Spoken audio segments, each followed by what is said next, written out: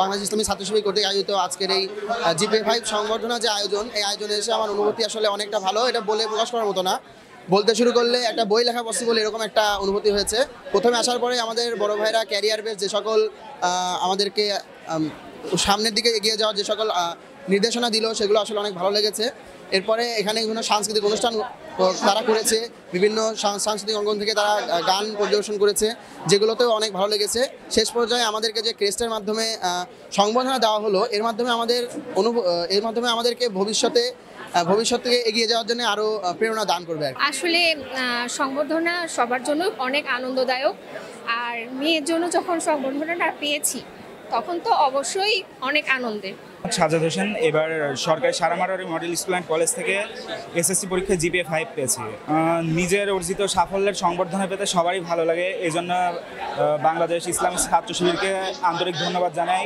তাদের এই আয়োজন আমাদেরকে আরও ভালোভাবে পড়াশোনা করতে উৎসাহিত করবে।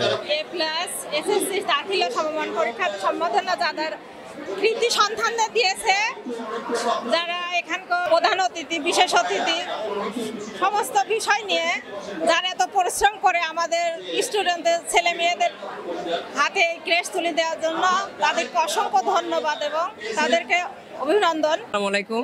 আজকে আমরা A+ সংবর্ধনা এসে আমাদের খুব ভালো লাগছে, এবং এই যে ইসলামী ছাত্র শিবির যে সংবর্ধনাটা দিয়েছে, তাই জন্য ইসলামী ছাত্র শিবিরকে আমরা আমাদের পক্ষ থেকে ধন্যবাদ জানাই।